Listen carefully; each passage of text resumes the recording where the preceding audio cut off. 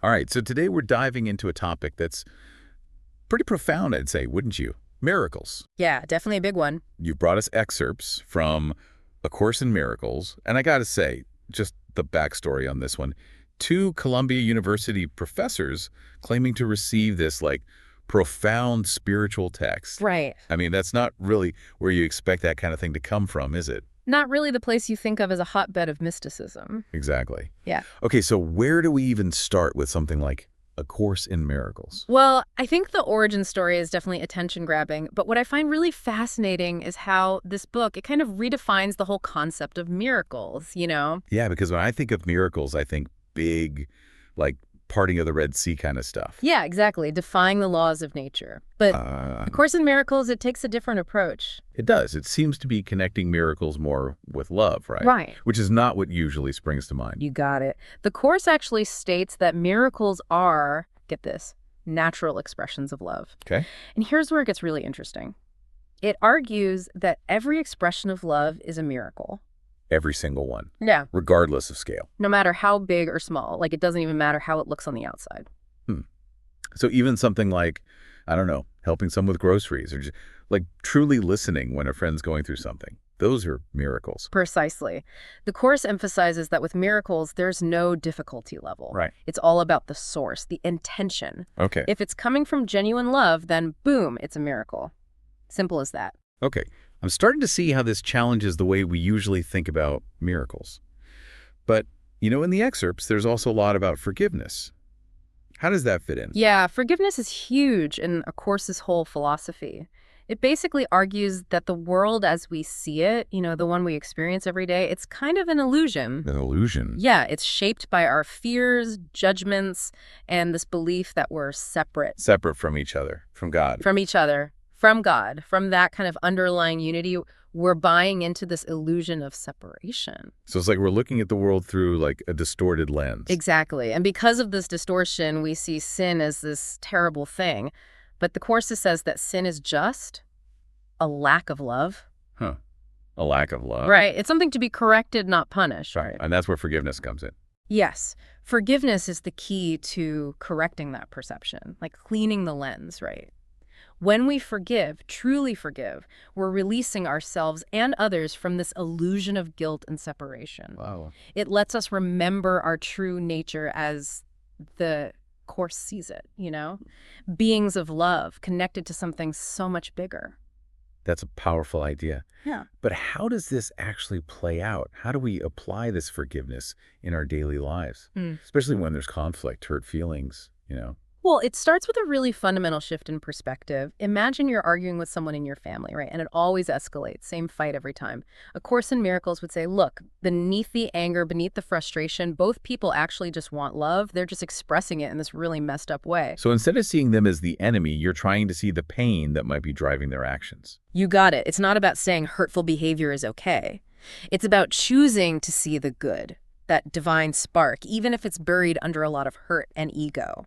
That sounds incredibly difficult, especially in the heat of the moment. It is. It really is a practice, like retraining your mind to respond with compassion instead of judgment, seeing through that lens of love, even when it's hard. So it's like instead of getting stuck in that back and forth, that judgment cycle, Yeah. we can choose to see it differently, right? Yeah. Through forgiveness, through trying to understand. Right.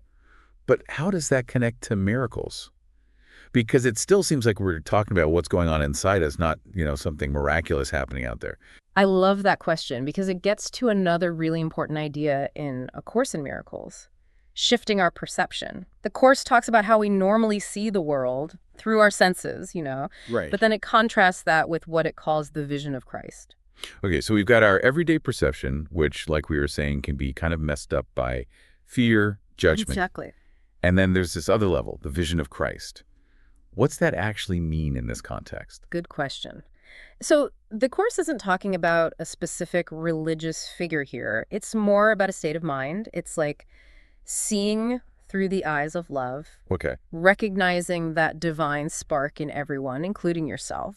So it's not so much about what's actually in front of us, but how we're choosing to look at it. Exactly. And that's where the miracles come in. They act as this bridge almost between that ordinary perception and this higher vision. Okay. They help us shift from fear to love, from judgment to acceptance. Huh? It's about recognizing the deeper reality beyond just appearances. I'm thinking about those times when you're in a tough spot and suddenly there's this perspective shift. Not necessarily dramatic, but Right. like a weight's lifted. And you just see things more clearly with more compassion. Perfect example. The Course actually says that these shifts, these miracles, can have ripple effects way beyond what we even see. There's a quote in there, you shared it, about this. Miracles are a kind of exchange. Like all expressions of love, giving and receiving are the same. Oh yeah, that one really stuck with me. It's saying miracles aren't this supernatural thing. It's more about like tapping into that flow of love between us. Exactly. And when we act from that place, when we choose forgiveness, even when it's tough, we're affecting so much more than just ourselves. We are. It's like we contribute to this shift in consciousness, and that ripples out. Who knows how far it goes? That's amazing, but also kind of a lot of pressure. Like even small acts of kindness have that much power. They do. And the Course emphasizes you don't control these miracles. You can't calculate them. So it's not about I'll do something nice, then I get a miracle, No. It's more about cultivating a miracle-ready state of mind. which means The Course describes it as aligning yourself with the love and guidance of the Holy Spirit. okay. And for our listeners, because that can sound a little vague, how does the Course define the Holy Spirit? Right. It's not a religious figure here. It's that inner voice, the voice of love and wisdom. It's there for all of us, no matter what we believe. It's about learning to listen to that voice. Connecting with that inner wisdom, that compassion. Exactly. As we do that, miracles just kind of start happening. Those synchronicities we talked about, those moments of grace, often when you least expect it, when we let go of control and let something bigger guide us. It's like when everything just lines up perfectly, it Us- does feel kind of magical. That's it. Trusting in a higher intelligence, a loving energy that wants the best for us. I love that. But this is a lot to take in. For someone new to A Course in Miracles, wanting to apply this to their life, where do they begin? It's a lot, yeah. But honestly, one of the most powerful things in the Course is also the simplest. Starting each day with an intention. What kind of intention? Give me an example. Like, today, I will look for miracles. Today, I will see everyone, myself included, with love and forgiveness. Wow. That's simple, but so powerful. Even just that shift in perspective for one day, imagine. Right. It's about retraining your mind to focus on the good, the divine spark in everyone. As you do that, your whole world starts to change. You attract more love, more joy, more miracles.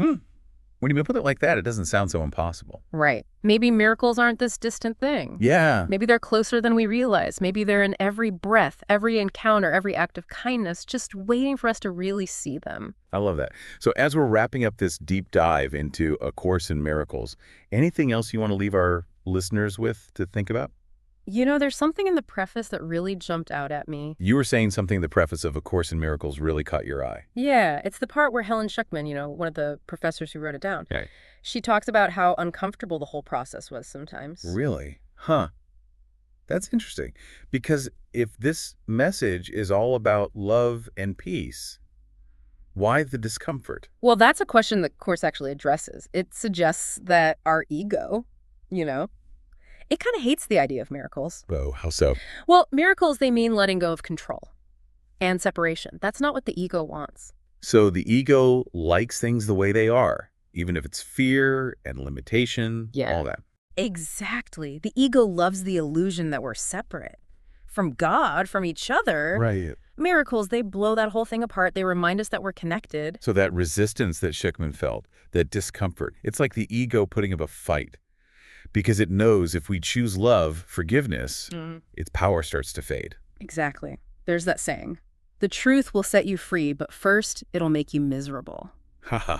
Yeah. Yeah, it's like trying to break a bad habit. It's hard, it's uncomfortable, but you're moving towards something better. Exactly. And like breaking a habit, A Course in Miracles says we don't have to do it alone. We have help. We have the Holy Spirit. And again, just to clarify for our listeners, this isn't about religion, right?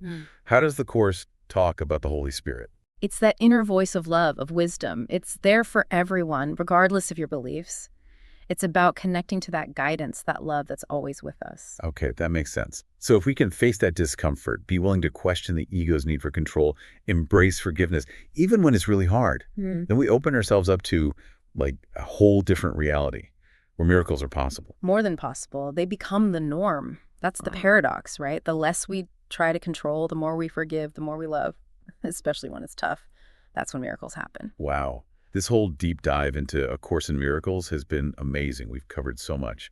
Redefining miracles, their connection to love and forgiveness, that power of shifting our perception. What's the biggest takeaway for you?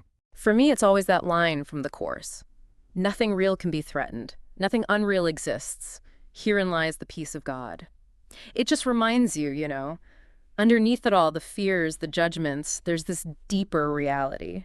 And it's all love, peace, connection, always. That's beautiful. And it makes you think, if we could each connect to that reality, even just a little more, could we create more miracles? Not just for ourselves, but for the whole world. Now, wouldn't that be a miracle worth working towards? It really would. And on that note, to all our listeners out there, keep exploring these ideas, keep asking questions, and we'll see you on the next deep dive.